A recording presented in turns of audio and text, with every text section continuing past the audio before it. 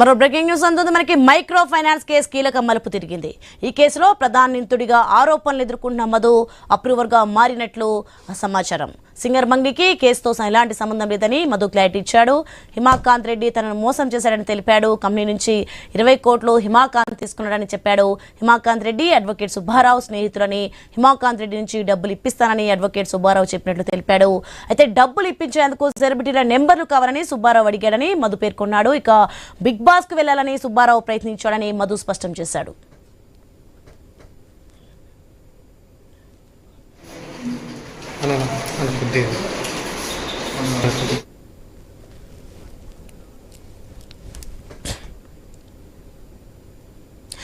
Micro finance case మొత్తం మీద అయితే కీలక మలుపు తిరిగింది. ఇక ఈ కేసులో ప్రధాన నిందితుడిగా ఆరోపణలు ఎదుర్కొంటున్న మధు అప్రూవర్ గా మారినట్లయితే సమాచారం అందుతుంది. రైట్, ఇక ఇది అంశానికి సంబంధించి మరింత సమాచారం మా ప్రతినిధి రత్నకుమార్ అందిస్తారు. రత్నకుమార్, మొత్తానికి సింగర్ మంగ్లీకి అయితే కేసుతో ఎలాంటి సంబంధం లేదని అయితే మధు క్లారిటీ ఇచ్చాడు. ఏం జరుగుతుంది? దీనికి సంబంధించిన పూర్తి అప్డేట్స్ ఏంటి?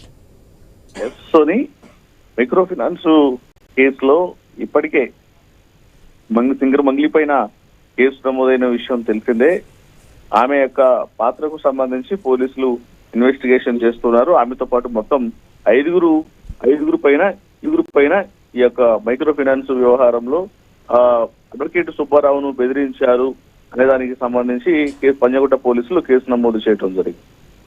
ఆ తర్వాత అనేక నాటకీయ పరిణామాలు అనేవి చోటు చేసుకున్నాయి. మంగ్లీ వివరణ ఇచ్చింది తనకు సంబంధం లేదు అని. ఆ తర్వాత మరలా అడ్వకేట్ సుబ్బారావు బాధితులను తీసుకొని వచ్చి వాళ్ళ యొక్క ప్రమేయానికి సంబంధించి కూడా కొన్ని విషయాలను మీడియా ముఖంగా మాట్లాడటం జరిగింది. అయితే ఇప్పుడు తాజాగా ఇందులో మధు అనేటువంటి ప్రధాన నిందితుడిగా పిలువబడుతున్నటువంటి వ్యక్తి ఒక వీడియోని రిలీజ్ చేసి అసలు ఈ యొక్క ఇన్సిడెంట్ తో, ఈ మైక్రో ఫైనాన్స్ వ్యవహారంతో సింగర్ మంగ్లీకి ఈ కేసుకు ఎలాంటి సంబంధం లేదన్నటువంటి ఒక క్లారిటీ అయితే ఇచ్చి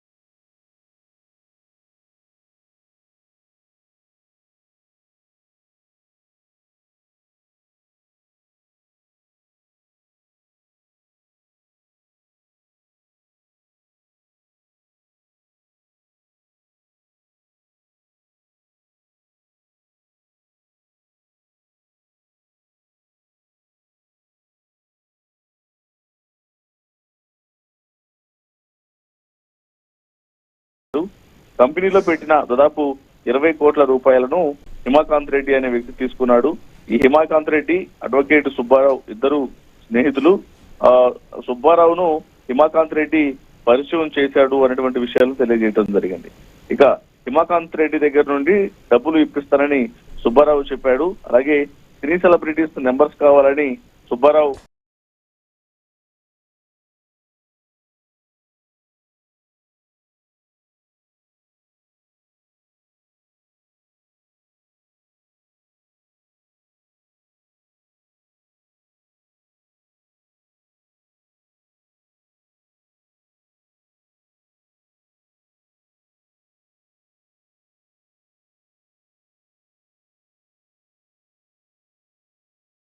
అడగటం జరిగింది.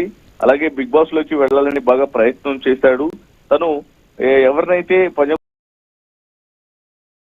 పోలీసుల వద్దకు బాధితులుగా తీసుకొచ్చినటువంటి వ్యక్తులు ఉన్నారో వాళ్ళు అసలైనటువంటి బాధితులు కాదు. అసలు బాధితులను తీసుకుని రాకుండా వేరే వ్యక్తులను బాధితులుగా చూపించేటువంటి ప్రయత్నం చేస్తున్నాడు, పక్కదో పట్టించేటువంటి ప్రయత్నం చేస్తున్నాడు అంటూ సోషల్ మీడియాలో ఒక వీడియో